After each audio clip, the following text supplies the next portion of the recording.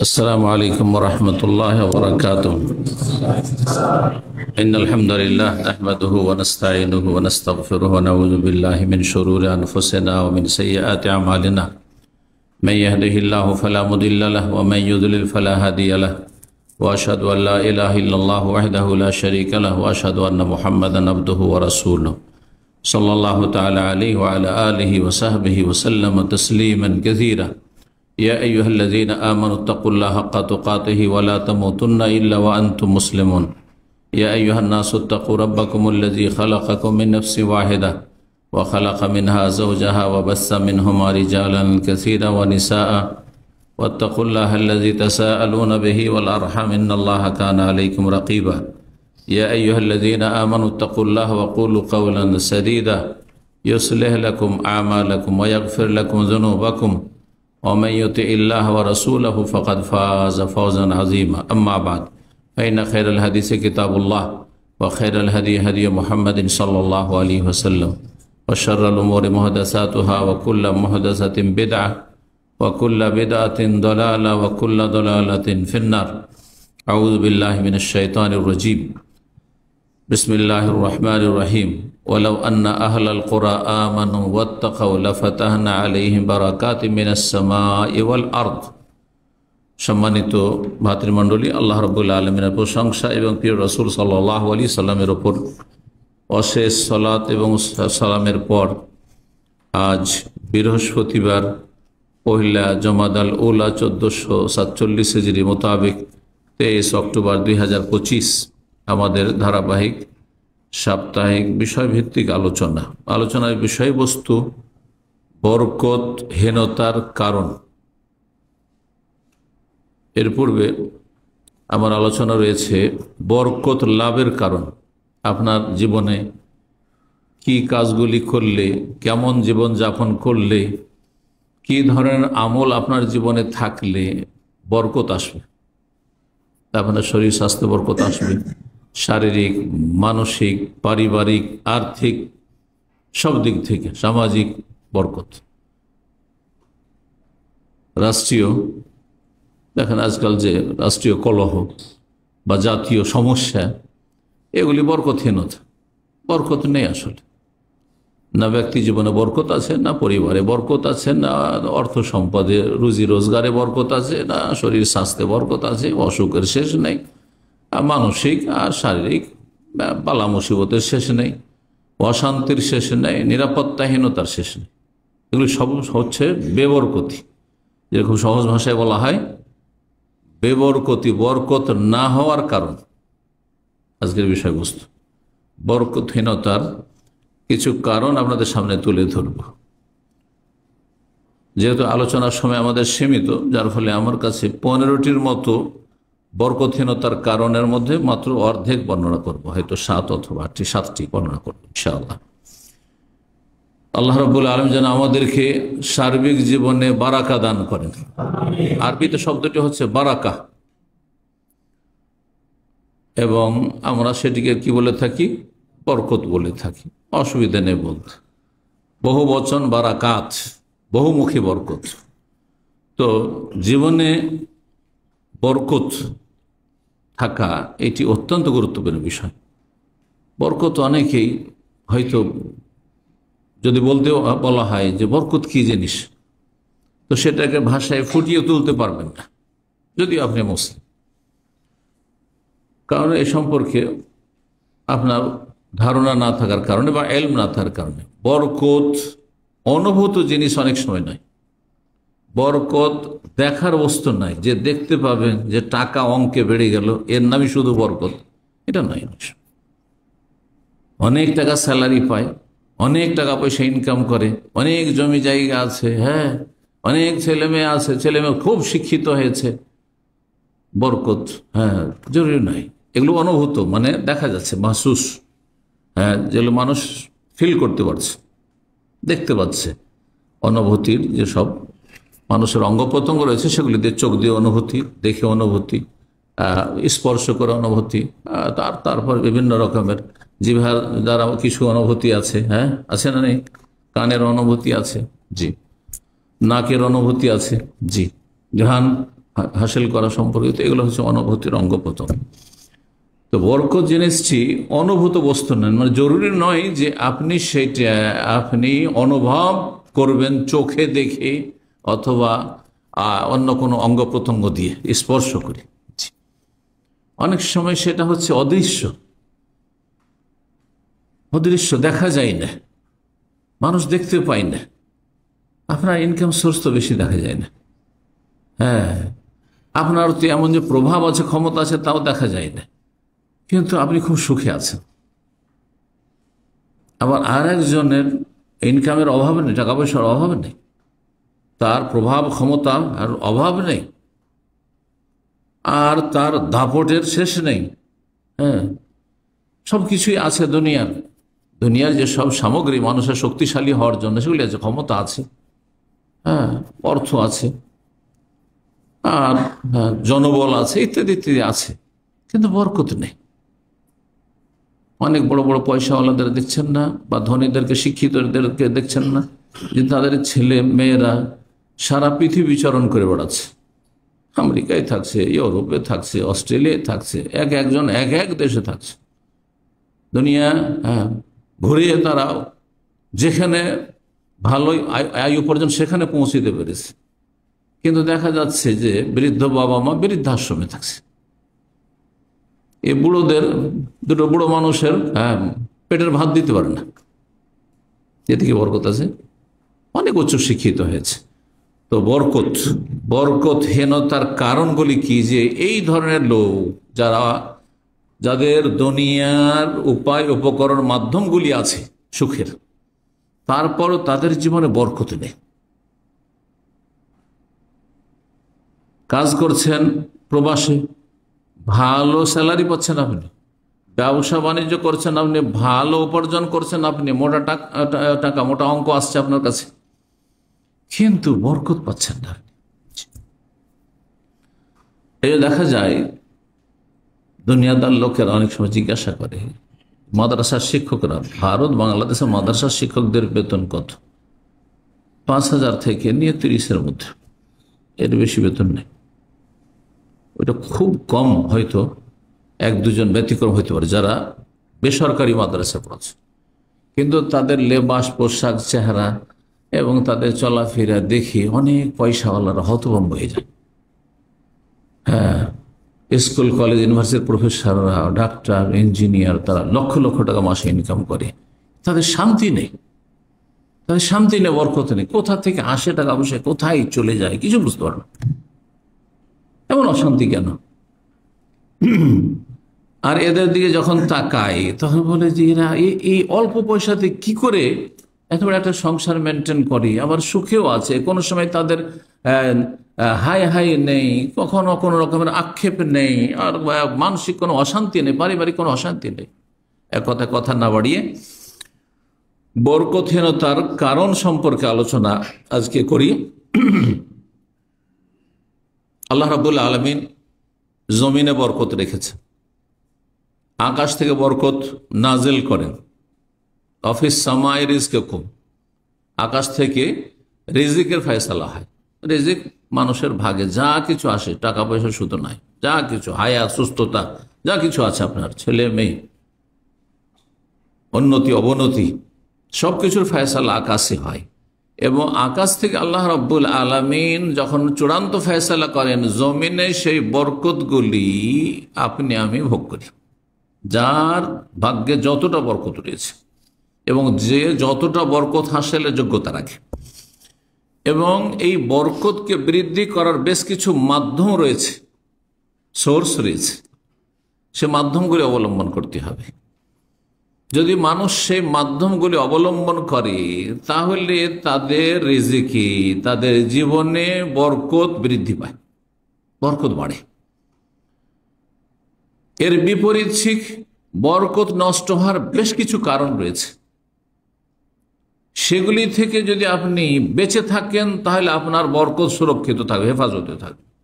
আর সেগুলিতে যদি লিপ্ত হয়ে যান তাহলে আপনার বরকত শেষ হয়ে যাবে, বরকত শেষ হয়ে যাবে।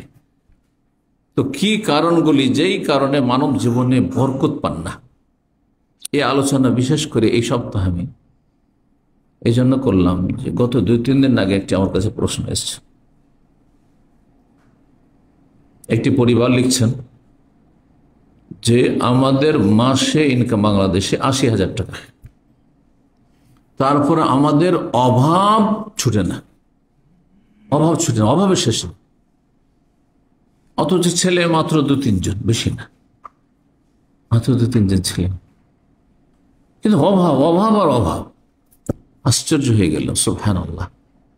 আমি তো মনে করি একজন মানুষ ধার্মিক, দিনদার, হ্যাঁ, আল্লাহমুখী, পরকালমুখী, দুনিয়ার চলার মতো করে যদি মধ্যম পন্থায় চলে তো 30 থেকে 40,000 এটা যথেষ্ট, আমি মনে করি, কারণ আমি চলতে পারবো এইভাবে, সেই জন্য। কিন্তু 80,000 টাকা তো পেট ভরছে না, অশান্তির শেষ নাই। জিজ্ঞাসা করছে তাহলে আমরা কোন পথ অবলম্বন করবো যে আমাদের জীবনে বা পরিবারে বা রুজি রোজগারে বরকত হবে, শান্তি পাবো, অভাব ঘুচে না। এই জন্য আর ভুক্তভোগী এরকম বহু রয়েছেন, অধিকাংশই ভুক্তভোগী, কিন্তু অনেক টাকা পয়সা ইনকাম করছেন, তারপরও ধার কর্জার বোঝাই নামাইতে পারেন না। কেন? আবার অনেকে আছে ধার কর্জা জীবনে নেই না, তাও চলছে। কি করে চলছে? আপনার না নিলে চলেন না, আবার সবসময় ঋণের বোঝা কাঁধে চেপেই থাকছে, একটা টেনশন, চাপের মুখে থাকে। কেন? আর আরেকজন ফ্রি আছে, মারা গেলে কেউ কিচ্ছু বলতে পারবে না আমাকে যে 1 টাকা পাবো মুখের কাছে, কিচ্ছু বলতে পারবে না। এইরকম জীবন গড়ার চেষ্টা করেন, আল্লাহ যেন তৌফিক দান করেন। মানুষ চেষ্টা করলে সবকিছু হতে পারে। চেষ্টা, কিছু পার্থিব চেষ্টা আছে, আর বিশেষ করে একজন মুসলিমের জন্য দিনই চেষ্টা রয়েছে, কোরআন সুন্নাহর আলোকে, যে আপনি কোন নেক আমলগুলি আপনি অবলম্বন করবেন, আর কোন কোন ছিদ্র পথগুলি রয়েছে আপনার জীবনে, সেগুলি থেকে সতর্ক থাকবেন। ওখান দিয়ে কিন্তু বেবরকতি ঢুকে যাচ্ছে, বরকতকে আপনার ধ্বংস করে দিচ্ছে আপনার ওই ছিদ্রগুলি দিয়ে, সেই সুযোগ দেবেন না আপনি। সবচেয়ে বড় কারণ বরকতহীনতার কি হতে পারে চিন্তা করুন তো দেখি। এক কথায়, যুনুব ওয়াল মাআসি, মানুষের পাপাচার, গুনাহ, মূল কারণই হচ্ছে পাপ, গুনাহ। পাপ 2 রকম হয়, ইতিবাচক ও নেতিবাচক। আল্লাহ যা ফরজ ওয়াজিব করেছেন সেটা করছেন না আপনি, বা সেগুলির কিছু করছেন না আপনি, কিছু করছেন খেয়াল খুশি। আপনাকে যেগুলি ভালো লাগছে করছেন, যেগুলি ভালো লাগছে না করছেন না। আপনার ভালো লাগছে 4 ওয়াক্ত নামাজ পড়তে, 4 ওয়াক্ত পড়ছেন, ফজর পড়ছেন না। যারা নিজেকে নামাজি ভাবছেন তাদের অবস্থাটা, আর বাকি বেনামাজি তো শেষ। সবচেয়ে বড় কাবিরা গুনাহ হচ্ছে, শিরকের সমতুল্য গুনাহ হচ্ছে বেনামাজি হওয়া। ফজরে যে উঠতে পারেন না সে মুনাফিক। কোরআনের ভাষা আল্লাহ মুনাফিক বলেছেন, হাদিসের ভাষায় রাসূল মুনাফিক বলেছে, ইন্নাল মুনাফিকিনা ইউখাদিউনা আল্লাহ, মুনাফিকরা আল্লাহকে ধোঁকা দেয়। ওয়া হুয়া খাদিউম, অথচ আল্লাহকে ধোঁকা দেওয়া সম্ভব নাই। কারণ ধোঁকা দেয় কাকে? যে জানে না, যা বলছেন তাই বিশ্বাস করতে বাধ্য সে। তাহলে তো সবই জানছেন। সুতরাং আল্লাহ তোমার এই প্রতারণার উচিত শাস্তি দেবেন।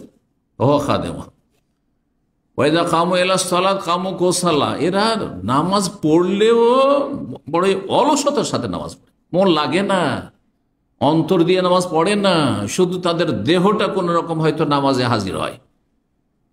যত তাড়াতাড়ি শেষ করতে পারে নামাজ, পাখির ঠোকর মারার মতো, ঠিকা সারার মতো। কামু কুসালা ওরা ওনার নাস, লোক দেখানো নামাজ পড়ে। করুন আল্লাহ ইল্লা কালিলা, আল্লাহকে সামান্য স্মরণ করে, আল্লাহকে স্মরণ করেই না, ইল্লা কালিলা, সামান্যতম ছাড়া। এই নামকে অস্তে আল্লাহকে স্মরণ করে, আল্লাহর জিকির আসলে নেই। অধিকাংশ লোকের নামাজ দেখে, নামাজে গেলে যত তাড়াতাড়ি সম্ভব শেষ করো। আরে ভাই, এটা কেন হবে? এটা তো অধিকাংশ নামাজীদের অবস্থা। তাহলে আমাদের এখানে সংশোধনের প্রয়োজন আছে। সালাত সম্পর্কে, সেজদা সম্পর্কে, নামাজ সম্পর্কে আল্লাহ বলছেন সূরা আলাকে, যেই সূরার প্রথম অংশ কোরআনের প্রথম নাজিল হয়েছে, ওয়াসজুদ ওয়াক্তারিব, সেজদার মাধ্যমে আল্লাহর কাছাকাছি হওয়ার চেষ্টা করো। তো যে আল্লাহর কাছাকাছি হওয়ার চেষ্টা করবে, সে নামাজকে লম্বা করবে, সব সময় নামাজে থাকতে, দীর্ঘ সময় নামাজে থাকতে চাইতে না, তাড়াতাড়ি নামাজ সেরে পালাতে চাইবে, বলুনটা কি? বিষয়টি চিন্তা করে দেখুন, চিন্তার বিষয়।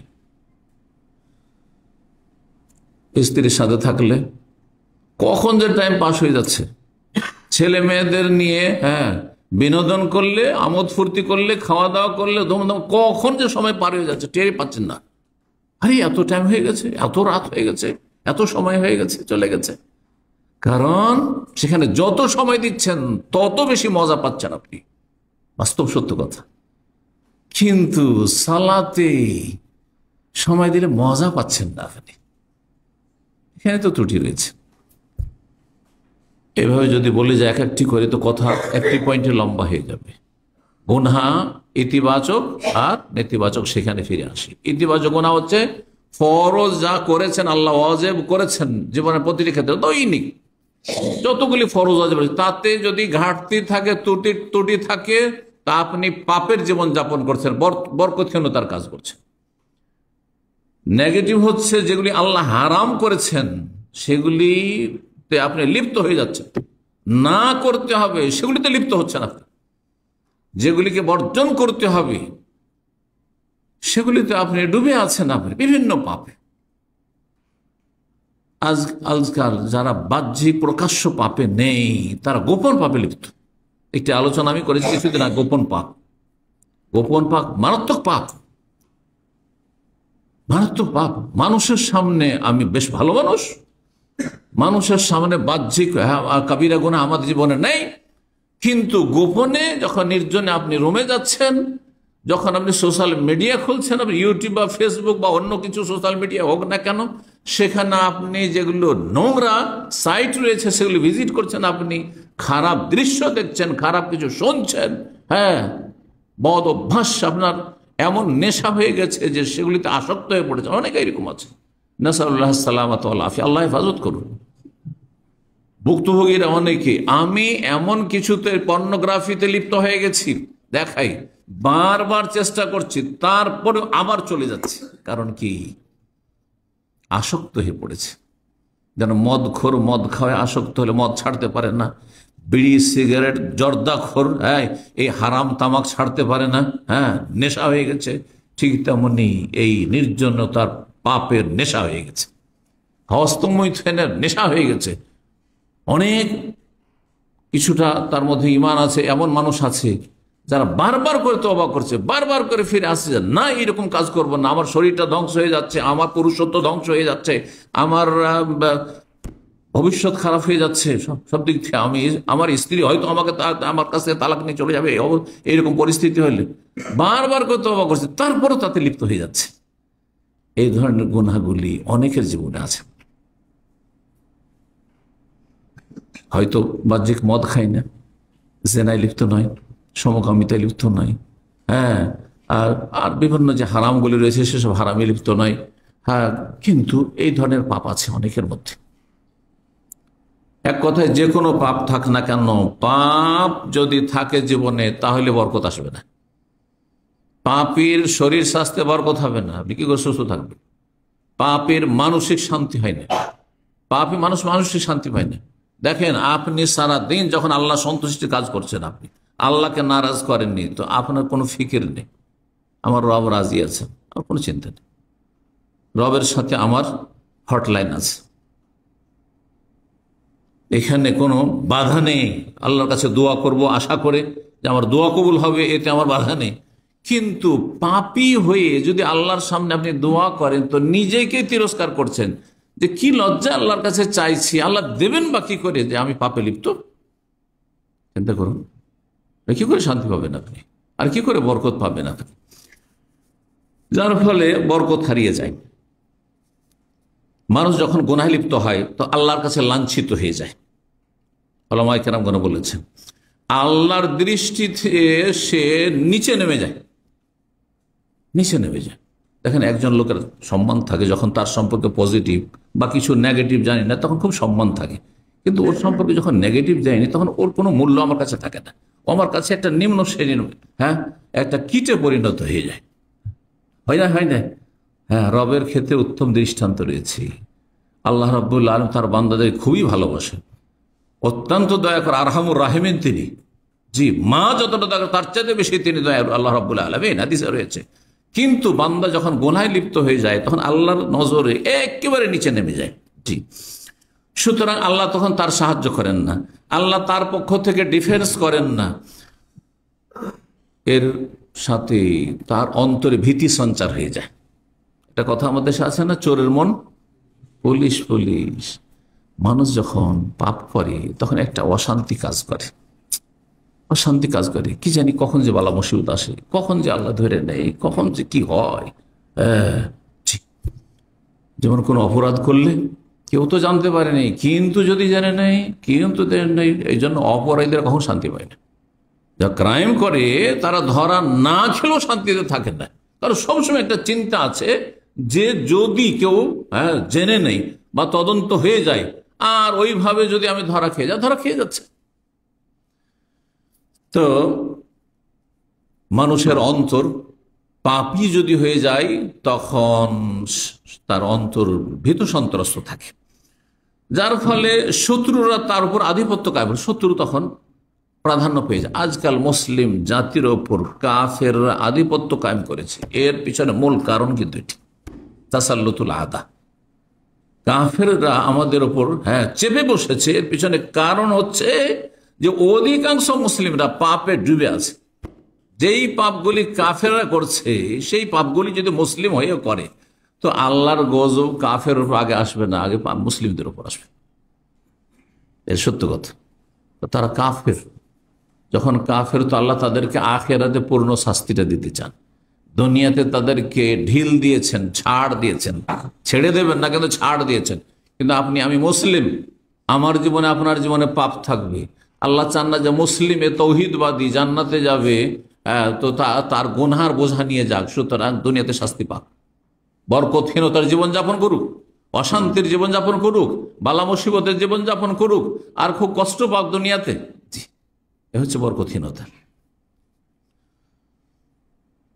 যার ফলে জীবনের প্রতিটি ক্ষেত্র থেকে বরকত সরে যায়, ধন সম্পদ ও বরকত থাকে না, আয় ইনকামে বরকত থাকে না। রব্বুল আলামিন সাদ সূরা রাদের আয়াত নম্বর 11-তে ইন্নাল্লাহা লা ইউগাইয়িরু মা বিকওমিন হাত্তা ইউগাইয়িরু মা বিআনফুসিহিম, আল্লাহ কোন জাতির ভাগ্যের পরিবর্তন ঘটাবেন না যতক্ষণ পর্যন্ত তারা নিজেদের মধ্যে পরিবর্তন না নিয়ে আসবে। গুরুত্বপূর্ণ আয়াত। প্রতিটি ক্ষেত্রে আপনি এটিকে ফিট করতে পারেন। অনেকে দেখি ছেলে নিয়ে আসছে জুমার বারে, ছেলেটার বয়স 16 থেকে 18 হবে, বয়স বাড়িয়ে নিয়ে এই কাজে নিয়ে চলে এসছে। আমি তো আশ্চর্য, আমি নিজে 30 বছর বয়স পর্যন্ত পড়াশোনা করেছি, তারপরে শিক্ষকতার যুগে এসেছি, যদিও মাঝখানে কিছুদিন শিক্ষকতা করতে হয়েছে ফাঁকে ফাঁকে, যতদিন মদিনা ইউনিভার্সিটি অ্যাডমিশন হচ্ছে না বসে আছি, তোর চলো শিক্ষকতা করছি, এইভাবে আর কি। কিন্তু আমরা লেখাপড়ায় লেগে আছি, আর কর্মক্ষেত্রে একেবারে নেমেছি 30-এ গিয়ে। আর একটা ছেলে 18-20 বছরের বয়স আর কর্মক্ষেত্রে এসে নেমে যাচ্ছে। আশ্চর্য হয়ে বাবাকে জিজ্ঞাসা করি, ছেলেকে জিজ্ঞাসা করি, ছেলে পড়ে না, ছেলে আরো দুষ্টামি করেছে, খারাপ হয়ে যাচ্ছে। চিন্তা করলাম যে সৌদি আরব নিয়ে গেলেও তার কমপক্ষে ভালো থাকবে। লা ইউগাইয়িরু মা বিকওমিন, আল্লাহ কি করে পরিবর্তন নিয়ে আসবেন এই পরিবারে, এই ছেলে মেয়েদের মাঝে, যতক্ষণ নিজের মধ্যে পরিবর্তন না নিয়ে আসবে যে আমাকে লেখাপড়া করতে হবে, আমাকে বড় হইতে হবে, আমাকে ওপরে উঠতে হবে। এই জন্য একটি আলোচনা, একটি গুরুত্বপূর্ণ কথা আমি বলেছি, আবার বলছি আজকে, বিজ্ঞ জনদের কথা, যে আপনি 10টি বছর যে লাইফে যদি একটু কষ্ট করতে পারেন 60 বছর আরামে থাকবেন। ছাত্র জীবনে মাদ্রাসায় পড়েন আর স্কুল কলেজে পড়েন, 10টা বছর যদি মেহনত করেন, লেবার করেন, আপনি কষ্ট করেন, তো আপনি 60 বছর 70 বছর যতদিন বাঁচবেন আরামে থাকবেন, সসম্মানে থাকবেন। আর 10টি বছর যদি আইশ আরাম করেন, ছাত্র জীবনে পড়াশোনা করবেন, দুষ্টামি, তাহলে 60 বছর কষ্ট করতে হবে, 60 বছর কষ্ট, সারা জীবন কষ্ট করতে হবে, যতদিন বাঁচবেন কষ্ট করতে হবে। সূরা আনফাল 53-তে একই কথা অন্য ভাষা আল্লাহ বলছেন, যালিকা, শোনো, মানুষের ওপর আযাব বালা মুসিবত কেন, বরকতহীনতা কেন? লাম ইয়াকু মুগায়্যিরান নি'মাতান আন'আমা আলাকুম, আল্লাহ কোন নিয়ামতকে আল্লাহ কেড়ে নেন না, সরিয়ে দেন না। হাত্তা ইউগায়্যিরু মা বিআনফুসিহিম, যতক্ষণ পর্যন্ত তারা নিজেরাই খারাপ না হয়ে গেছে, পরিবর্তন না করেছে। আল্লাহ নিয়ামত দিয়েছেন আপনাকে। আসল হচ্ছে আমরা যখন ছোট থেকে বড় হয়েছি আমরা সবাই সুস্থ ছিলাম, আমাদের মধ্যে সাধারণত রোগ ছিল না এরকম।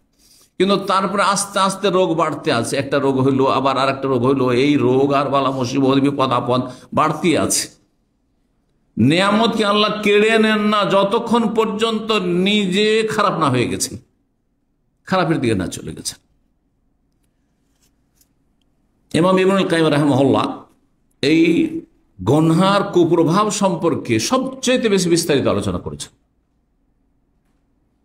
সবচেয়ে বেশি আলোচনা করেছেন আমার লেখাপড়া মতে এবং জানা মতে।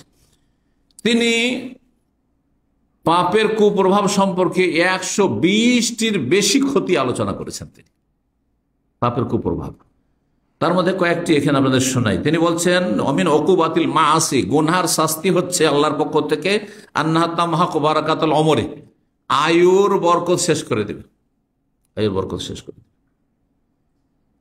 যারা নেক জীবনযাপন করে আয়ুতে বরকত হয় সাধারণত, যদিও কিছু ব্যতিক্রম আছে, কিন্তু সাধারণত এটা কমন কথা বলছে। ব্যতিক্রম প্রত্যেকটি ক্ষেত্রে আছে, যে ভালো মানুষ অল্প বয়সে চলে গেল, বেশি বাঁচল মানে খুব ভালো মানুষ, এটা নয়। কিন্তু একজন মানুষ সাধারণত এমনটা হয়, আপনি আয়ুর বরকত যদি চান, রোজির বরকত চান, তাহলে গুনাহমুক্ত হইতে হবে। গুনাহগারের শাস্তি হচ্ছে তামহাকু বারাকাতুল উমর, হ্যাঁ, মানুষের আয়ুর বরকতকে শেষ করে দেয়। অবারাকাতার রিজক, রিজিকের বরকতকে শেষ করে দেয়। অবারাকাতাল ইলমের বরকতকে শেষ করে দেয়, ইলমের বরকতকে শেষ করে দেয়। এর জন্য আমি বলছি, আমার সহপাঠী অথবা আমার সমসাময়িক বেশ কিছু বন্ধু মহল ছিল যারা লেখাপড়াতে আমার চাইতে ভালো ছিল, আল্লাহ লেখাপড়াতে তারা ভালো ছিল। কারণ আমরা যখন পশ্চিমবঙ্গে লেখাপড়া করি তখন না হয় অল্প জায়গাতে নিজে টপ হওয়াটা সহজ, কিন্তু যখন বেনারসে আসলাম তখন গোটা অল ইন্ডিয়া, পুরো ইন্ডিয়ার সাথে কম্পিটিশন। তখন সেখানে দেখলাম যে কিছু ছেলে আছে, তারা আমার চাইতে ইংলিশ বেশি জানছে, আমার চাইতে বেশি ব্রেনি, তারা আমার চাইতে বেশি মেহনতি, এক একজন এক একটাতে বেড়ে আছে।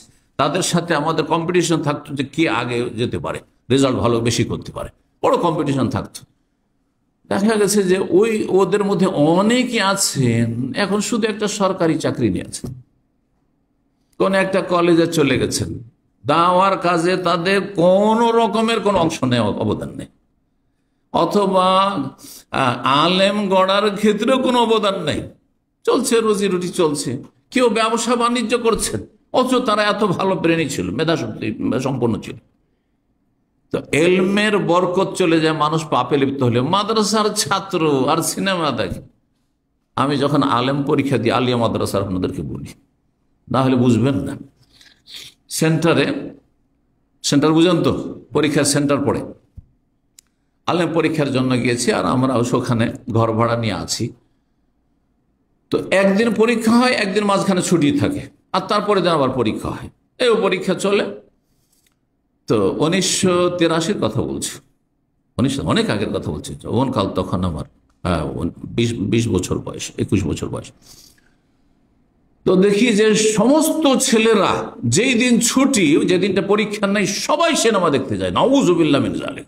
আলিয়া মাদ্রাসা সব সিনেমা দেখতে যায়, থিয়েটার দেখতে যায়। তখন তার মোবাইলের যুগ ছিল না যে পকেটের সিনেমা।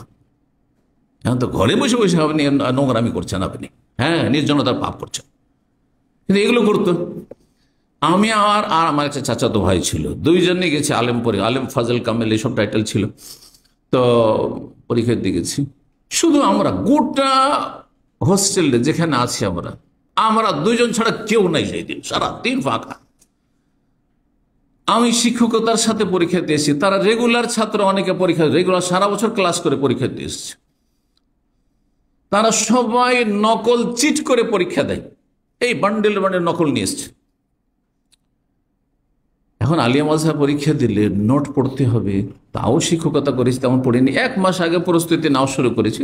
তারপরে আসলাম। এখন এই প্রশ্ন এমন এমন আসছে যে প্রশ্নগুলি আমাকে তো রেডি করতে হবে। যেই দিন ওরা বাইরে ঘোরাঘুরি আড্ডা দেয়, সেই দিন তাদের ওই যতগুলি তাদের নোট আছে, সেই নোটগুলি নিয়ে আমি 10টাকে রেডি করে যাই। 10টা প্রশ্নের উত্তরকে রেডি করে নিই সারাদিনে। ওরা আড্ডা দিল, আমি আলহামদুলিল্লাহ 10টা রেডি করলাম, 10টার মধ্যে 5টা কমন পড়ে যেত, আমার ফুল পরীক্ষা দিয়ে আসতাম। গোটা সেন্টারে ওয়ালিল্লাহিল হামদ একমাত্র ফার্স্ট ডিভিশন আমি পেয়েছিলাম, কেউ পাইনি।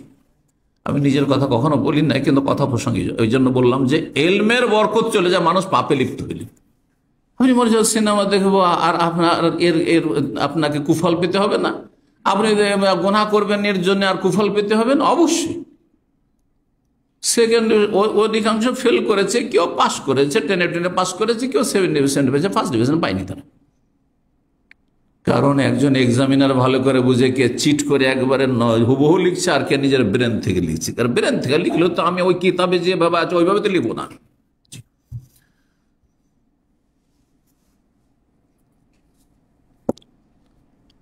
মানুষ যখন গুনাহ করে তো দিন দুনিয়ার বরকত শেষ হয়ে যায়, তার কোনো কিছুতে বরকত থাকে না।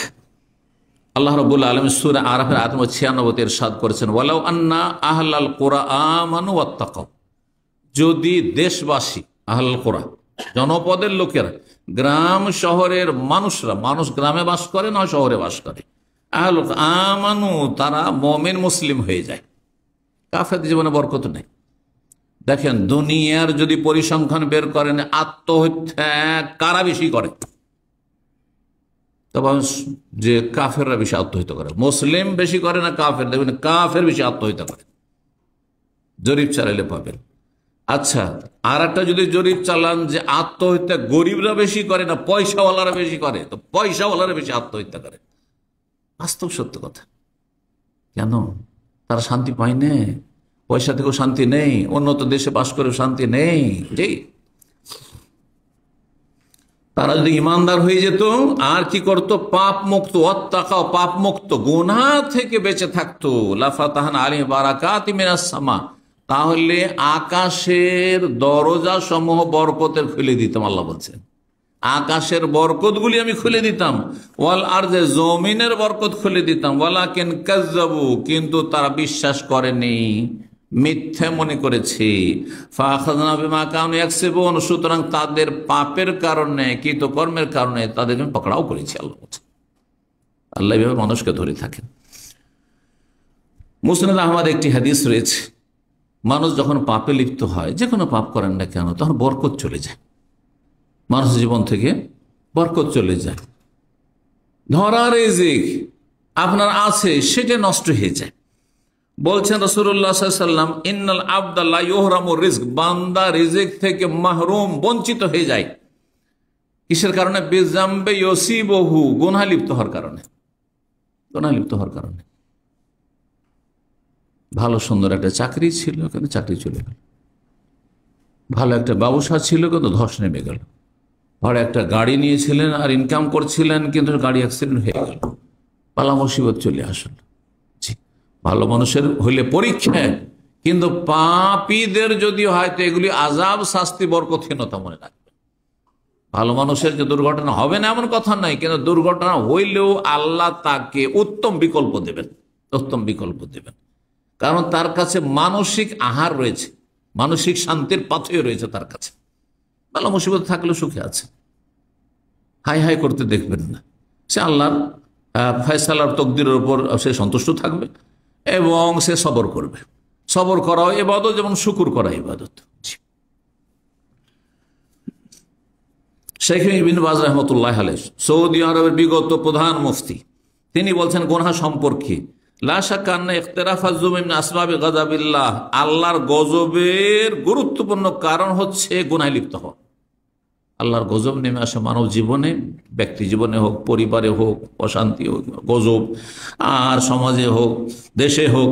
অমিন আসবাবে মাহকিল বারাকা, বরকত নিশ্চিন্ন হওয়ার কারণ, বরকতহীনতার কারণ হচ্ছে, বরকতহীনতার কারণ হচ্ছে গুনাহে লিপ্ত হওয়া। ও হাবসুল গায়েস, অনাবৃষ্টি, দুর্ভিক্ষ, বৃষ্টি হচ্ছে না। যখন বৃষ্টি লাগবে তখন বৃষ্টি হচ্ছে না, আর যখন বৃষ্টি লাগবে না তখন বৃষ্টি দিয়ে আল্লাহ বন্যায় ডুবিয়ে দিচ্ছে, ভাসিয়ে দিচ্ছে। এগুলি আল্লাহর আযাব। এগুলি মানুষের পাপের কারণে। ও তাসলিতিল আদা, দুশ্মনদেরকে আল্লাহ চাপিয়ে দিচ্ছেন।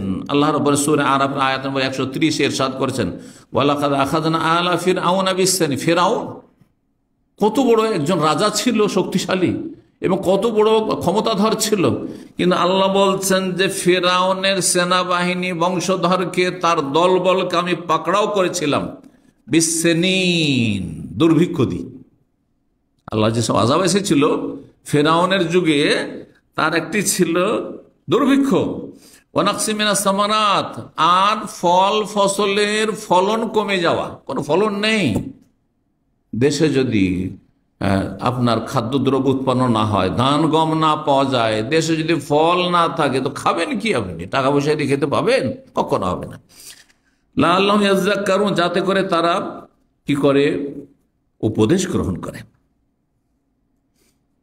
দ্বিতীয় কথা না বাড়িয়ে, দ্বিতীয় বরকতহীনতার কারণ হচ্ছে মিথ্যার আশ্রয় নেওয়া, মিথ্যার আশ্রয় নেওয়া। তারপরে প্রতারণা করা, দোষ ত্রুটিকে লুকিয়ে রাখা, গোপন রাখা, ধোঁকাবাজি করা, ধোঁকাবাজি করা ব্যবসায়িকদের ক্ষেত্রে, আর যারা হাতের কাজ করেন তাদের ক্ষেত্রে, এইরকমই যারা ডিউটি করতে গিয়ে বিভিন্ন ফাঁকিবাজি করেন তাদের ক্ষেত্রে। এগুলো দেখেন তো, যারা মেকানিক, কিছু যে কোনো কিছুর এসির মেকানিক হোক, আর ফ্রিজের মেকানিক হোক, আর ওয়াশিং মেশিনের মেকানিক হোক, আর গাড়ির মেকানিক হোক, কয়জনের রুজি হালাল পাবেন?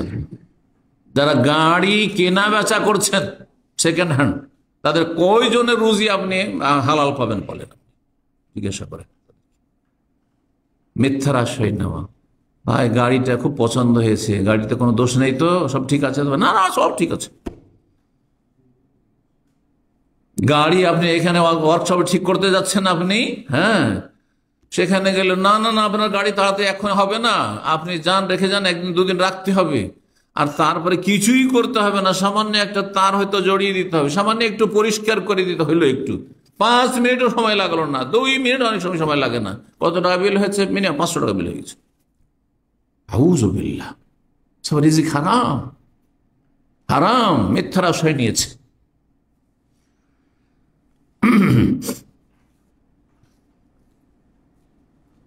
রাসূলুল্লাহ সাল্লাল্লাহু আলাইহি ওয়াসাল্লামের হাদিস সহিহ বুখারী মুসলিম, আল বাইয়ান বিল খিয়ার,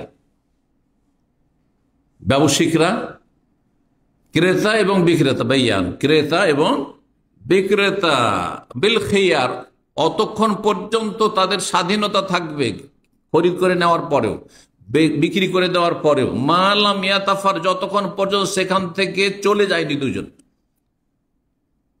আজকাল এর উপরে আমাদের দেশে তো আমল নেই। বিক্রি করে দিয়েছেন, বিক্রি করে দিয়েছেন, বিক্রি করার বলছে না ভাই হইল না, বলে বিক্রি করেছিলাম, টাকাও নিয়েছি, কিন্তু আমি এখানে আছে, হইল না, টাকা আপনার ফেরত না, নেবে না, যাইজ, হারাম। বা বিক্রি করার পরে খরিদ্দার বলছে যে না না না ভাই আমার নেওয়া হইল না, নেন, হয়ে গেছে, কিছুক্ষণ হয়ে গেছে, 10 মিনিট হয়ে গেছে, কিন্তু ওখানেই আছে, ওই মজলিসে আছে, ফিরিয়ে নেবে?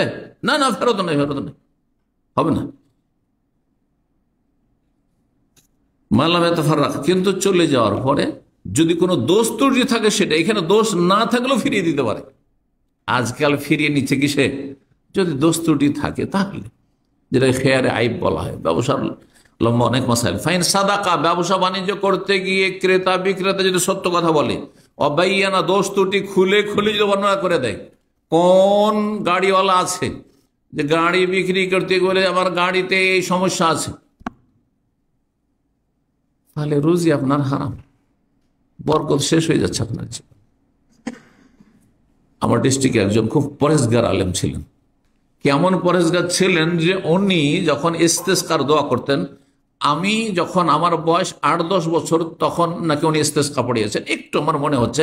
আমার আব্বাজান রাহিমাহুল্লাহ বলতেন ওনার কথা, যে উনি আমাদের ওই সময়টাই, যখন আমার এই বয়স ছিল, তো আমাদের এলাকায় তিনি ইস্তিসকার নামাজ, বুঝেন তো, বৃষ্টি চাওয়ার সালাত পড়েছেন। বৃষ্টি চাওয়ার সালাত পড়ার সাথে সাথে বৃষ্টি শুরু হইতো, মানে ঈদগাহ ময়দান থেকে মানুষ বাড়িতে পৌঁছিত পারত না, বৃষ্টি হইতো। আর এখন 2 বার 3 বার 4 বার ইস্তিসকা হয়ে যাচ্ছে, বৃষ্টি হচ্ছে না, বৃষ্টি হচ্ছে না। তো উনি এই এমন মোস্তাজাব দাওয়া দোয়া এইভাবে কবুল হইত। তার একটি ঘটনা, গরু বিক্রি করতে এসছেন, গরু বিক্রি করতে এসছেন, সবার গরু বিক্রি হয়ে যাচ্ছে, ওনার গরু, হ্যাঁ বলছে মৌলানা আপনার গরুটা ভালো তো? বলছে গরু বাবা সবই ভালো, কিন্তু গরুটা হালে বা লাঙ্গলে লাগাইলে বসে যায়। বুঝছেন? বুঝেন তো? হালের গরু বুঝেন তো, বা লাঙ্গলের গরু কি বলেন আপনারা? দুটোই বলেন না? হ্যাঁ হ্যাঁ, মানে ক্যাঠাই গরু, আমাদের আঞ্চলিক ভাষা বলে ক্যাঠাই গরু, ওকে কাজে লাগাইলেও বসে যাবে, বসে যাবে। যেমন এই কথা বলে তখন সব কাস্টমার চলে যায়, কেউ আসে না, মাগেরে হয়ে আসে, সারাদিন ওইভাবে দাঁড়িয়ে আছে গরু নিয়ে। ওনার মেয়ে সন্তান ছিল, মনে হয় ছেলে ওইরকম ছিল না, অথবা থাকলেও তখন ছোট ছিল। যাই হোক উনি নিয়ে এসছেন গরু, গরু বিক্রি হচ্ছে না সত্য কথা বলার জন্য। গ্রামের আশেপাশে পরিচিত অনেক ভালো আলেম যেহেতু উনি, হ্যাঁ, তো সবাই বলছে যে মৌলানা এইসব এটা বলার দরকারটা কি? আপনি বলেন যে হ্যাঁ আপনার পছন্দ হইলেন না, না হয় না, এইভাবে বলেন। আপনি ঠিক আছে মিথ্যা বলবেন না, তো বলে আপনার দেখেন নেন, আপনার পছন্দ হইলেন। আজকাল কিন্তু আপনাদের মতো আমাদের মতো যারা চালাক একটু বলছে আমি মিথ্যা তো বললাম না, ভাই দেখে নেন, আপনি গাড়িটা আপনার ঠিক আছে তো? বলছে আপনি দেখে নেন, আমি জানি না। ঠিক আছে, কেন দেখে নেন? আপনি জানছেন যে দোষ আছে, তো কেন দেখে নেন বলবেন? বলেন যে দোষ আছে, বলেন যে সে কাজ করে না, বলেন যে এটা অ্যাক্সিডেন্ট হয়েছে সামনে অত পিছন থেকে, কেন বলছেন না আপনি? হ্যাঁ, এতে বরকত চলে যাচ্ছে। তো সুবহানাল্লাহ, সন্ধ্যা হয়ে আসে, সবাই পরামর্শ দিচ্ছেন যে মৌলানা আপনি ই করিয়েন না, এটা বলিয়েন না। বলছেন না বাবা আমি বলে দেবো, এটা হচ্ছে তো আমি বলবো না, কেন বলবো? কিনবে কিনবে, না হলে ঘুরিয়ে নিয়ে যাবে। সন্ধ্যাবেলা একজন ভালো মানুষ এসেছে, গরুর ব্যবসায়ী, এসে বলছে কি মৌলানা সূর্য তো ডুবতে যাচ্ছে, আপনার গরু বিক্রি হইল না? বলছে বাবা গরু কেউ নিচ্ছে না। তো বলছে মৌলানা সাহেব আপনি একটু দোয়া করে দেন আমার জন্য, আমি আপনার গরু নিয়ে গেলাম, যদিও আপনার গরু বসে যাক, হ্যাঁ লাঙ্গলে লাগাইলে হালে লাগাইলে, তারপর আমি নিয়ে গেলাম। সুবহানাল্লাহ, গরু ঠিক হয়ে গেল। তারপরে ও আর কোন অভিযোগ করেনি যে গরু, এটা হচ্ছে বরকত, এর নাম হচ্ছে বরকত।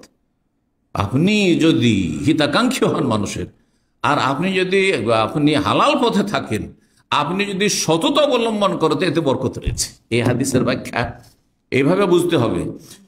রাসূলুল্লাহ সাল্লাল্লাহু আলাইহি ওয়াসাল্লাম বলছেন যে সত্য কথা যদি বলে আর দোষ ত্রুটি খুলে বলে দেয়, বুরে কালাহ ফি বাইহিমা, তাহলে দুইজনেরই কিনা বেচাতে বরকত হবে।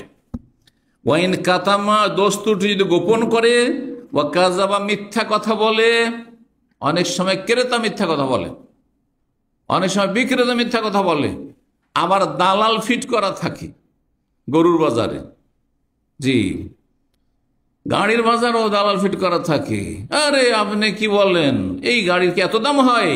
এর চেয়ে ভালো গাড়ি ওই যেতে ওখানে আপনি 10,000 রিয়াল চাইছেন, ওখানে 6,000 8,000 গাড়ি পাওয়া যাচ্ছে আপনার চাইতে ভালো মডেলের, আর খুব সুন্দর গাড়ি, ফ্রেশ হয়ে আছে। মিথ্যা কথা।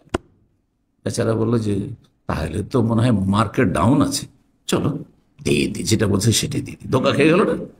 জি, কখনো কখনো মিথ্যা বলে ক্রেতা, কখনো কখনো মিথ্যা বলে আর ধোকা দেয় বিক্রেতা, এগুলো বরকত নষ্ট করে দেয়। রাসূলুল্লাহ সাল্লাল্লাহু আলাইহি ওয়াসাল্লাম বুখারী মুসলিমের হাদিস। 3 নম্বর কারণ বরকতহীনতার, সেটা হচ্ছে ব্যবসা বাণিজ্য করতে গিয়ে বেশি বেশি কসম করে মানুষকে বিশ্বাস করানো। আরবদের মধ্যে কসমটা খুব বেশি আছে, কথায় কথায় ওয়াল্লাহ ওয়াল্লাহ, তাই না? নাই, কথায় কথায় যদিও দেখেন আপনি কসম করেন সত্য কসম, তারপরে বেশি কসম করা মাকরুহ, অপছন্দনীয়। কথায় এই কথায় ওয়াল্লাহ। আজকাল আমাদের দেশে আবার কিছু বক্তা হয়েছে বাংলায়, হ্যাঁ নিজের কথাকে শক্ত করে আল্লাহর কসম করে বলছি।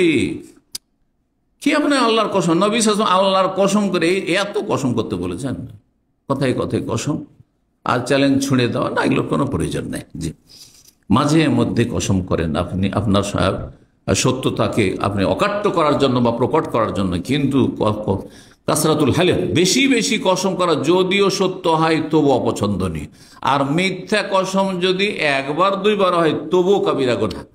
মিথ্যা কসম করে কেউ যদি মিথ্যা কথার ওপর, মিথ্যা আচরণের ওপর কসম করে, তাহলে সেই কসমকে ইয়ামিনে গমুস বলা হয়। গমুস মানে ডুবিয়ে দাও, জাহান্নামে ডুবিয়ে দেবে।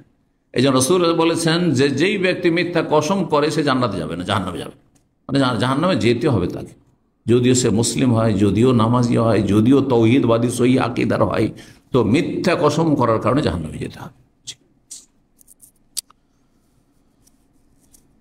নবী সাল্লাল্লাহু আলাইহি ওয়াসাল্লাম নিষেধ করেছেন বেশি বেশি কসম করতে ব্যবসা বাণিজ্যের ক্ষেত্রে। সহিহ বুখারী মুসলিম হাদিস, আল হালিফু মানফাকাতুন লিসসালাহ, কসম করে কেনা বেচা করলে মানে পণ্য বা মাল সামান তাড়াতাড়ি বিক্রি হবে, কাস্টমার তাড়াতাড়ি লাগবে ঠিক, কিন্তু মামহাকাতুন লিল বারাকা, বরকতকে নষ্ট করে দেবে, বরকতকে নষ্ট করে দেবে। আমাদের সমাজের লোকেরা কসম না করলেও শক্ত করে বলে, শক্ত করে বলা খানিকটা কসমের মতোই। আপনি এত শক্ত করে বলছেন, হয়তো তাতে সততার অভাব রয়েছে। হ্যাঁ, যতটা আছে তার চেয়ে বেশি আপনি অতিরঞ্জন করে বলছেন, বাড়িয়ে বলছেন, এগুলিতে বরকত নষ্ট হয়ে যাবে। রাসূলুল্লাহ সাল্লাল্লাহু আলাইহি ওয়াসাল্লাম আরেকটি হাদিস সহিহ মুসলিমের, ইয়াকুম কাসরাতুল হালিফিল বাই, ব্যবসা বাণিজ্য তোমরা বেশি বেশি কসম করবে না, সাবধান। ফাইন্নাহু ইউনাফিকু, ওতে তোমার পণ্য তো বেশি সেল হবে, কিন্তু সুম্মা ইয়ামহাকু, বরকত নষ্ট করে দেবে, বরকত নিশ্চিহ্ন করে দেবে, নষ্ট করে দেবে। কোন একজন তাবেঈ একজন ব্যবসায়ীকে বলছেন, ইয়া আব্দুল্লাহ, আল্লাহ ইত্তাকিল্লাহ, আল্লাহকে ভয় করো, ওয়ালা তুকসিরিল হালিফ, বেশি বেশি কসম করবে না, ফাইন্নাহু লা ইয়াজিদুকা ফি রিজকিকা ইন হালাফতা, কসম করলে যে তোমার রিজিক বেড়ে যাবে এমনটা কথা নাই, রিজিকের ফয়সালা আল্লাহ করেই রেখেছেন। ওয়ালা ইয়ানকুসু মিন রিজকিকা ইন লাম, তাহলে কসম না করলে তোমার রিজিক কমে যাবে এমনটাও নাই, সুতরাং এভাবে কসম করবে না। এটি একটি কারণ।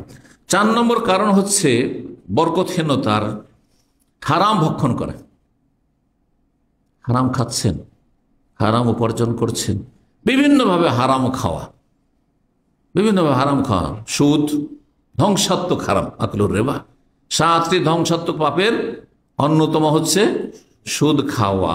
অনেকেই সুদ খোর না, কিন্তু সুদ খাওয়াচ্ছেন, মানে সুদের উপর টাকা নিচ্ছেন, সুদের উপর টাকা নিচ্ছেন। আপনি গরিব, অভাব আছে, সেই জন্য আপনি বেশি সচ্ছল হওয়ার জন্য সুদের ওপর টাকা নিয়ে আসছেন। আপনি ওই বন্ধকের জমি, যে জমিওয়ালা তার কাছ থেকে নিচ্ছেন আপনি, আর তাকে আপনি কি করছেন, যে বন্ধক জমি রাখলেন, জমি আবাদ করছেন, আর ওকে আপনি দিতে আছেন।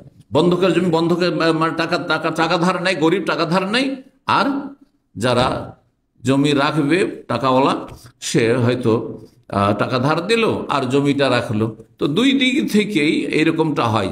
সুদখোর সমান, কিন্তু অনেক আজকাল মনে করছেন যে আমার তো অভাব ছিল সেই জন্য সুদের ওপর টাকা নিয়েছি। না, আপনি সমান অপরাধী, আপনি সমান অপরাধী।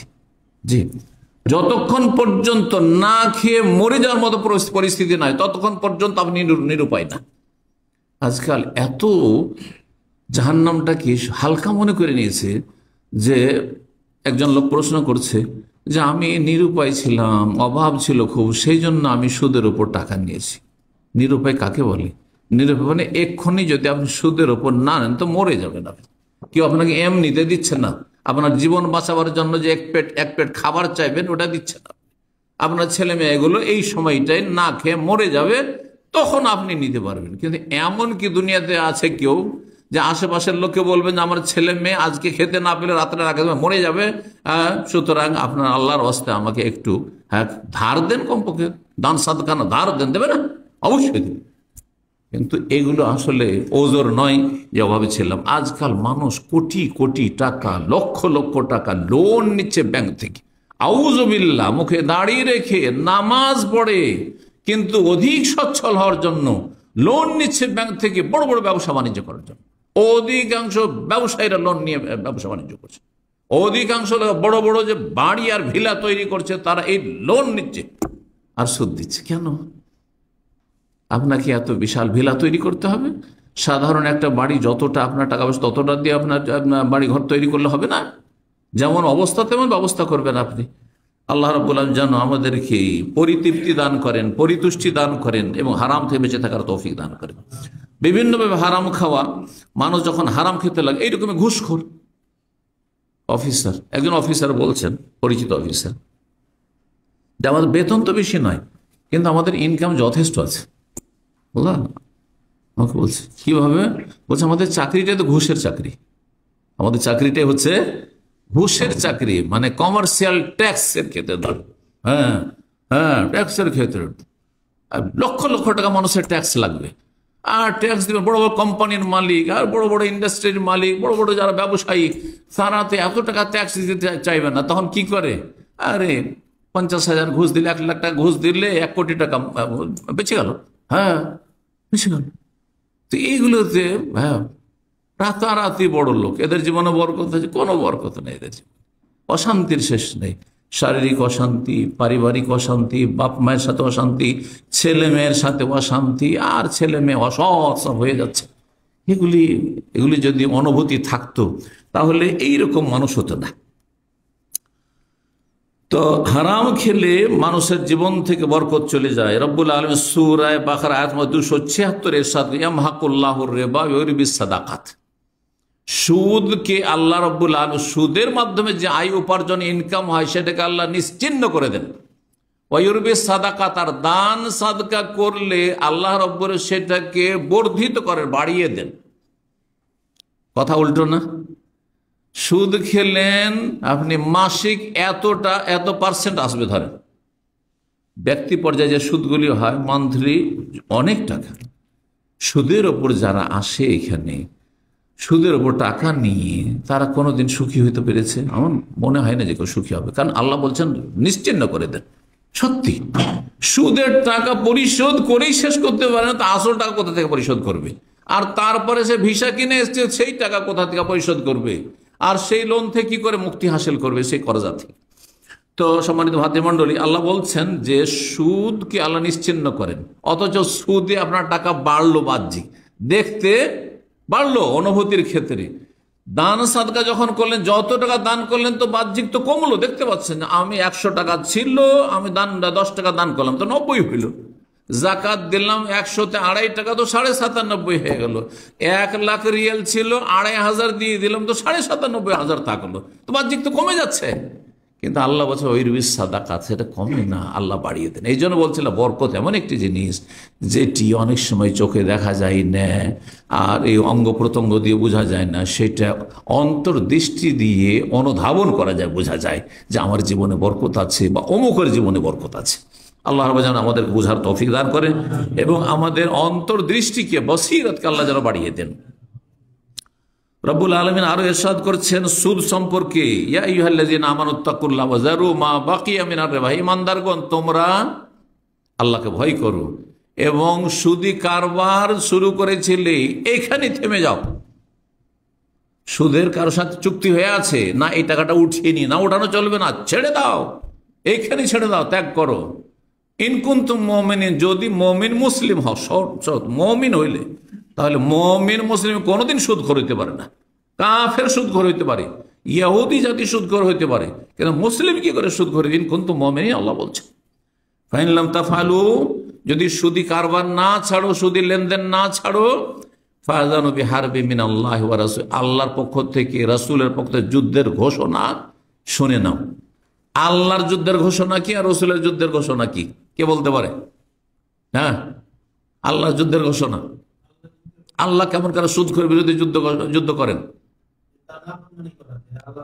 না, হইল না। আল্লাহর যুদ্ধ হচ্ছে আল্লাহ আযাব বালা মুসিবত দিয়ে তাকে একবার সর্বনাশ করে দেবে। এই জন্য সুদখোর কখনো দুনিয়াতেও আযাব আর আখিরাতেও আযাব। আল্লাহর যুদ্ধ হচ্ছে আল্লাহ তার জীবনে অশান্তি নামিয়ে দেন, অশান্তি। এত টাকা পয়সা ইনকাম করেছে সুদ খেয়ে, কিন্তু কোনো শান্তি নেই। আর রসুলের পক্ষ থেকে যুদ্ধের ঘোষণা মানে, হ্যাঁ কে বলবে? আল্লাহর পক্ষ থেকে সুদখোরের বিরুদ্ধে যুদ্ধের ঘোষণা এবং রাসূল সাল্লাল্লাহু আলাইহি ওয়াসাল্লামের পক্ষ থেকে যুদ্ধের ঘোষণা। না কি না, শুধু লানত নয়, না লানত তো আছেই আল্লাহ এবং রাসূলের সুদখোরের উপর। এছাড়া হ্যাঁ না, যদি রাসূলুল্লাহ সাল্লাল্লাহু আলাইহি ওয়াসাল্লাম থাকতেন আর এই সুদখোরদেরকে পেতেন, তাদের বিরুদ্ধে জিহাদের ঘোষণা করতেন। যেমন বদর উহুদ করেছেন, হ্যাঁ খন্দক করেছেন, মক্কা বিজয় করেছেন, হুনাইনের যুদ্ধ করেছেন, তেমনি রাসূলুল্লাহ সাল্লাল্লাহু আলাইহি ওয়াসাল্লামের পক্ষ থেকে যুদ্ধের ঘোষণা। রাসূলুল্লাহ সাল্লাল্লাহু আলাইহি ওয়াসাল্লাম নেই, কিন্তু রাসূলুল্লাহ সাল্লাল্লাহু আলাইহি ওয়াসাল্লামের খলিফা মুসলিম শাসক আছে, মুসলিম শাসকের ফরজ যে সুদখোরদের বিরুদ্ধে যুদ্ধের ঘোষণা করবে, অ্যাকশন নেবে। জি, এটি হচ্ছে আয়াতের তাফসীর। তাহলে মুসলিম শাসকের এটি দায়িত্ব, দেশ থেকে সুদি সিস্টেমকে বন্ধ করবে। এবং কেউ যদি সুদি কারবার ব্যক্তি পর্যায়ে করে, সুদি কোনো প্রতিষ্ঠান থাকবে না, সুদি কোনো ব্যাংক থাকবে না, আর সুদি কোনো রকম কারবার থাকবে না। আর কোথাও যদি কেউ করে তাদের বিরুদ্ধে অ্যাকশন নেবে, সশস্ত্র অ্যাকশন নেবে। জি। 5 নম্বর বরকতহীনতার কারণ হচ্ছে মানুষের ধন সম্পদ বেইমানি করা, যে কোনো ভাবে। কত যে বেইমানি চলছে আল্লাহ জানে, কত যে বেইমানি চলছে। এখানে আমাদের একজন বাংলাদেশি ভাই ছিলেন, পরিবার নিয়ে থাকতেন দাম্মামে, চলে গেছেন দেশে। উনি নিজে বলছেন আমাকে, অনেক বছর আগের কথা, এখানকার ঘটনা। একজন লোক তার কাছ থেকে 8,000 রিয়াল নিয়েছে ধার। 8,000 রিয়াল নিয়ে সে ইটালির ভিসা করে উদা হয়ে গেছে, ইটালি চলে গেছে। জি হ্যাঁ, মনে করেছে যে আমি স্বর্গে চলেই গেলাম, কিন্তু না, জীবনের বরকতকে তুমি ধ্বংস করে দিলে। আর একজন অন্য ভাষাভাষী, আমার পাশের কলিগ, উর্দু ভাষী যে আছেন কাশ্মীরি, তার কাছ থেকে বড় একজন পয়সাওয়ালা মানুষ, বড় স্যালারিতে এখানে চাকরি করতো, সে তার কাছে মাত্র 2,000 রিয়াল নিয়ে আমেরিকা চলে গেছে। আজকে থেকে 20-22 বছর আগের ঘটনা। মাত্র 2,000 নিয়ে আমেরিকা চলে গেছে। যাওয়ার পরে সেখানে গ্রিন কার্ড নিয়ে শায়েখ আমাকে মাঝে মধ্যে বলে যে আমরা অল্প বেতনে চাকরি করি, আলেম মানুষ, তার সে 10,000 15,000 রিয়াল বেতনে চাকরি করতো, সেও আমার টাকা মেরে আমেরিকা চলে গেল। আশ্চর্য কথা, একটা আশ্চর্য কথা। তো যাই হোক, তারপরে আল্লাহ তাকে কি একটু সুমতি দিয়েছে, কিন্তু এটা সুমতি নয়। সে গ্রিন কার্ড হাসিল করলো, এর টাকার মূল্য নেই, তো 10 বছর পর তুমি টাকা দিচ্ছ। 5 বছর 7 বছর কি 10 বছর পরে সে উমরায় এসছে। আসার পরে টেলিফোন করেছে যে শেখ, আপনার টাকাটা তো থেকে গেছিল, তো টাকাটা কিভাবে দেব? এইভাবে 10 বছরের পর টাকাটা দিয়েছে। বুঝতে পেরেছেন? এদের জীবনে কোনো বরকত আছে? এদের ছেলেমেয়েরা মানুষ হবে, এরা পশু হবে। এদের জীবনে কোনো শান্তি থাকবে না, শারীরিক শান্তি না মানসিক শান্তি। এটা হচ্ছে বাস্তবতা। তো বরকত চলে যাওয়ার একটি গুরুত্বপূর্ণ কারণ, অন্যায়ভাবে, যে কোনো অন্যায়ভাবে হোক না কেন, বিভিন্ন উদাহরণ হতে পারে। কিছু উদাহরণ এখানে আমি নোট করেছি। যেমন কাউকে আপনি একটা দায়িত্ব দিলেন কাজের, যে কাজটা আমার করে দেন, সেখানে 9-6 করে টাকা ইনকাম করলো। যারা ওকালতি করে মেলা কিছুতে এদিক সেদিক করে, যাতে করে বেশি ইনকাম করতে পারে। কিছু আমানত রাখলেন, সে আমানতে খেয়ানত করলো। অথবা কাজের দায়িত্ব তাকে দেওয়া হয়েছিল, তার উপর তাকে পারিশ্রমিক দেওয়া হবে, কিন্তু সেখানে কাজ ভালোভাবে করলো না। যারা কন্ট্রাক্ট নিয়ে কাজ করছেন, কন্ট্রাক্টারই করছেন। কেন আজকাল এত কাজ কেন খারাপ? এত কেন কাজ খারাপ? আজকে থেকে 30-40 বছর আগে রাস্তাঘাট একবার ঠিক করলে কখনো খারাপ হইতো না, কখনো খারাপ হতো না। এখন রাস্তাঘাট ঠিক করার পরে 2 মাস যায় না, এরকম হয়ে যাচ্ছে। কি জন্য? বিল্ডিং, নতুন বিল্ডিং, তারপরও এখান দিয়ে পানি পড়ছে, এখানে এই সমস্যা, এখানে কারেন্টের সমস্যা, এখানে এসির সমস্যা, সমস্যার শেষ নেই। কেন খেয়ানত?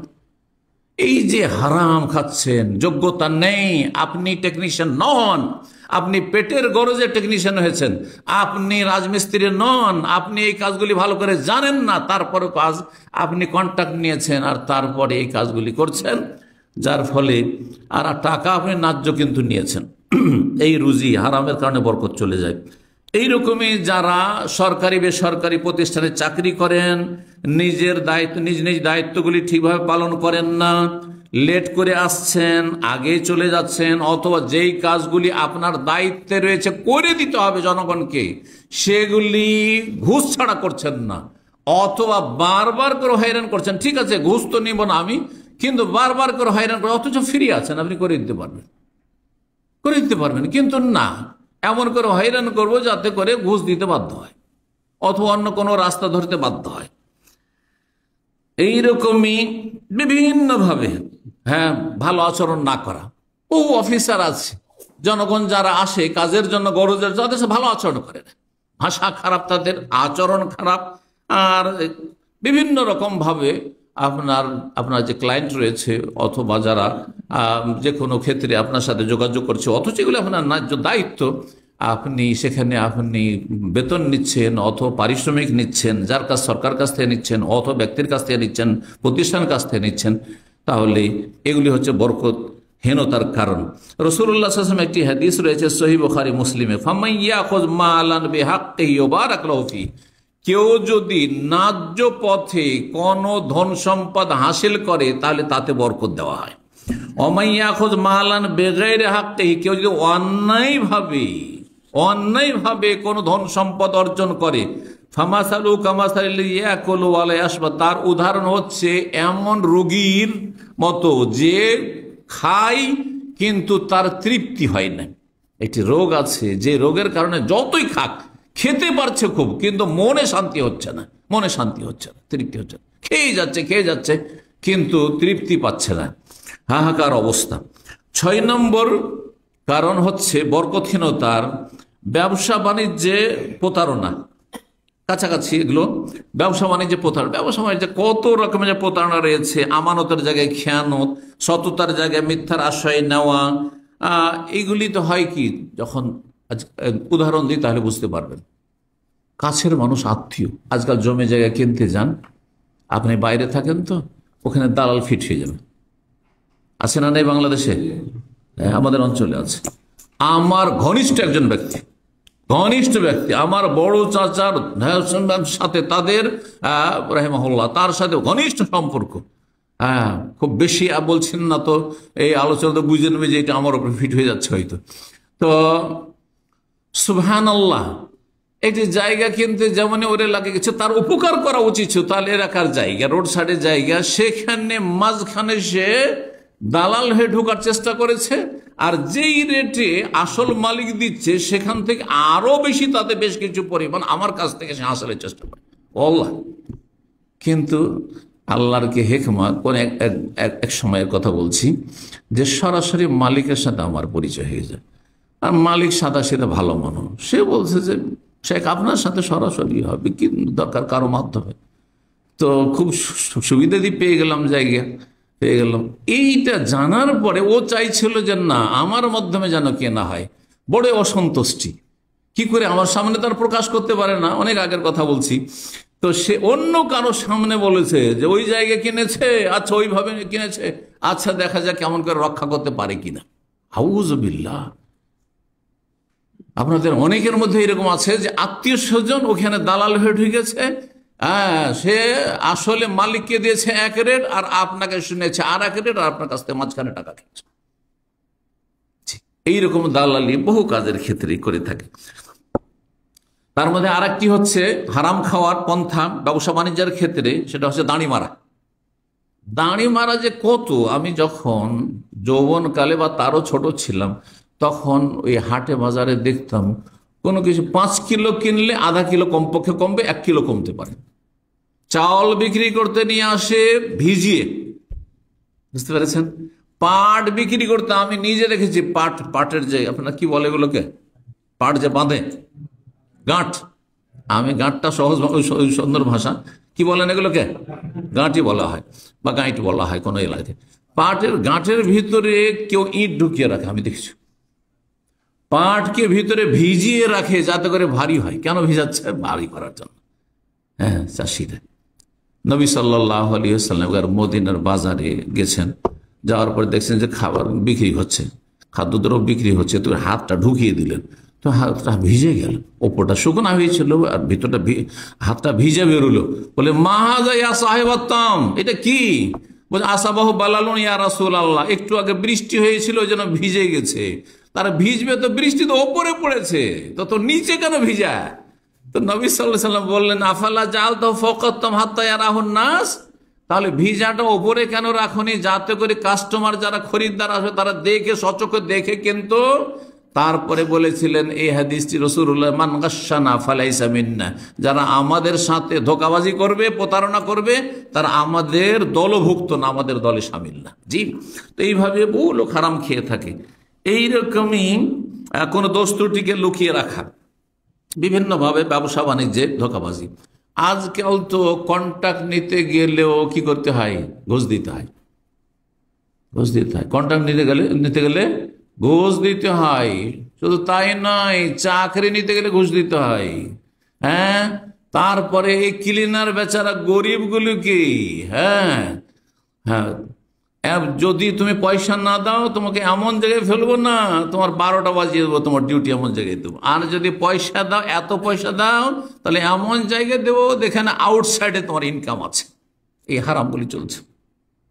এই হারাম খাওয়ার জন্য একবার এক কোম্পানিতে স্ট্রাইক করলো, কয়েক বছর আগের ঘটনা। এমন স্ট্রাইক হইলো যে ওই যেগুলো ম্যানেজার ফোরম্যান ছিল সবগুলিকে পিটাইলো ভালো করে, আর পিটিয়ে বেশ কিছু ধর্মঘটও তারা স্ট্রাইক করলো এখানে দেশের মতো। আর তারপরে অনেকের কারো কারো এক্সিটও লেগেছে, কিন্তু ওই তখনকার মতো একটু মার খেয়েছে ওই ফোরম্যান সুপারভাইজারগুলো, আলহামদুলিল্লাহ। তো যাই হোক, এইসব হারাম রিজিক কত যে মানুষ কত রকমভাবে খাচ্ছে। এর আরেকটি উদাহরণ হচ্ছে পার্টনারশিপে ব্যবসা করতে গিয়ে 9-6 করা, খেয়ানত করা। যতগুলি লোক পার্টনারশিপ ব্যবসা করছেন, ইল্লা মাশাআল্লাহ অধিকাংশ যাদেরকে আমি দেখলাম যে লস আপনার আর আমারটা ঠিক আছে। এই যে আমাদের সামনে বসে আছে, আমাদের সামনে বসে আছে, এই যে নাম বলছি না, কারণ যার যে ধোকা দিয়েছে ও শুনতে পারে। হ্যাঁ, এই যে সামনে বসে আছে, টাকা দিয়েছে ব্যবসা করার জন্য, নিয়েছে এইখানে দাম নিয়েছে। আর একজন একই দেশের মানুষ, বাংলা ভাষাভাষী, আর তারপরে যেই দোকানটি চলে না বলছে যে ওইটাই তোমার, আর যেটা ভালো রোলিং দোকান ভালো চলছে যেন ওইটা আমার। কথা বুঝতে পেরেছেন? অথচ এমন কথা ছিল না। এখন লস হয়ে গেল, লস। তারপর টাকা ওর হাতে পড়ে আছে, ক্যাশ ওর হাতে, আসল মালিক সে। এ বাইরে থেকে টাকা দিয়েছে, যে টাকাটা দিয়েছিল মনে হয় এখনো পাইনি, তাই না? এই যে টাকা পাইনি, দেখে হারাম খোরি, সব হারাম খেয়ে যাচ্ছে। এগুলি হচ্ছে বরকত শেষ হয়। এরা মনে করছে অনেক টাকায় আমি সৌদি আরব থেকে নিয়ে যেতে পারলাম না, সব শেষ, সব শেষ। জি, আমি একজন লোকের কথা শুনেছিলাম যে এই দেশে সে স্ক্রাবের ব্যবসা করতো, আর স্ক্রাবের ব্যবসাতে কত যে হারাম খায়। হ্যাঁ, আল্লাহ হেফাজত করুন, ইল্লা মাশাআল্লাহ কিছু ভালো মানুষ হয়তো থাকতে পারে। স্ক্রাবের ব্যবসা করে বিশাল সে টাওয়ার তৈরি করেছিল ঢাকা শহরে, আর বিশাল ভিলা তৈরি করেছে। আর তারপরে অনেক বছর আগের কথা, শোনা কথা। আর তারপরে তার স্ত্রীর নামে ওই জায়গাটি যেখানে বাড়ি তৈরি করে, সেটা কার নামে? এই স্ত্রী পরকীয়া প্রেমে লিপ্ত হয়ে। আর তারপরে যেহেতু জায়গা বাড়ি তার স্ত্রীর নামে, স্ত্রী উধাও, তার বাড়িও উধাও, সব উধাও। হ্যাঁ, সে কাফাইহা আলা মা আনফাকা, যা কিছু হারাম খেয়েছে তার এখন হাত মলতে আছে। 7 নম্বর কারণ, 6টি হয়ে গেছে। 7 নম্বর সর্বশেষ কারণ, আল্লাহর শুকরিয়া আদায় না করা। নিয়ামত দিচ্ছেন দাতা আল্লাহ, এবং আপনি ভাবছেন আমার কৃতিত্ব, আমার বাহাদুরি, আমার বীরত্ব, বিচক্ষণতা, আমি খুব ভালো ব্যবসায়ী, আমি খুব চালাক চতুর, সেই জন্য আমি এলাম ক্লিনার ভিসায়, এলাম টিবয় ভিসায় 700 টাকা বেতনে, 600 টাকা বেতনে, আর হয়ে গেলাম বড় ইনভেস্টার, বড় কোম্পানির মালিক, আর বড় পয়সাওয়ালা, আর বড় অফিস জব পেয়ে গেলাম। এই সব চিন্তা, আল্লাহর শুকরিয়া নেই। তারপরে আল্লাহর শুকরিয়া না করা আরেকটি দিক হচ্ছে যে নিয়ামতকে গুনার কাজে লাগানো। যে টাকা পয়সা আল্লাহ দিচ্ছেন সেটাকে পাপের কাজে লাগানো, নেকির কাজে খরচ করার তৌফিক না একটি পয়সা, কিন্তু বিলাসিতার ক্ষেত্রে আপনি সমস্ত টাকা পয়সা খরচ করছেন, আপনি দুনিয়ার স্বার্থে খরচ করছেন, আরামের ক্ষেত্রে খরচ করছেন, এগুলিতে বরকত ধ্বংস হয়ে যায়। রব্বুল আলামিন সূরা ইব্রাহিমের আয়াত নম্বর 7 ইরশাদ করেছেন, ওয়া ইতাআযানা রাব্বুকুম লাইন শাকারতুম লাযিদান্নাকুম। আল্লাহ ঘোষণা করছেন যে শোনো, যদি তোমরা শুকরিয়া আদায় করো তাহলে তোমাদের নিয়ামতকে বৃদ্ধি করে দেব। ওয়ালাইন কাফারতুম, যদি নাশুকরি করো, অকৃতজ্ঞ হও, ইন্না আযাবি লাশাদীদ, আমার আযাব বড়ই কঠিন রয়েছে। আল্লাহ রাব্বুল আলামিন যেন আমাদেরকে তার শুকরিয়া আদায়ের তৌফিক দান করেন, নিয়ামতকে আল্লাহ সন্তুষ্টির কাজে লাগাবার তৌফিক দান করেন, হারাম থেকে বেঁচে থাকার তৌফিক দান করেন, এবং হালাল রুজিতে আল্লাহ বরকত দান করেন, হারামের পথ থেকে বেঁচে থাকার তৌফিক দান করেন, এবং যা কিছু হালাল আসবে সেটাকে আল্লাহর সন্তুষ্টির জন্য এবং জরুরি কাজে খরচ করার তৌফিক দান করেন, অপচয় অপব্যয় থেকে বেঁচে থাকার তৌফিক দান করেন, নেক কাজে খরচ করার তৌফিক দান করেন, ইসলামের খেদমতে নিজেকে এবং নিজের ধন সম্পদকে নিয়োজিত রাখার তৌফিক দান করেন। সুবহান রাব্বিকা রব্বিল ইজ্জাতি আম্মা ইয়াসিফুন ওয়া সালামুন আলাল মুরসালিন ওয়ালহামদুলিল্লাহি রাব্বিল আলামিন।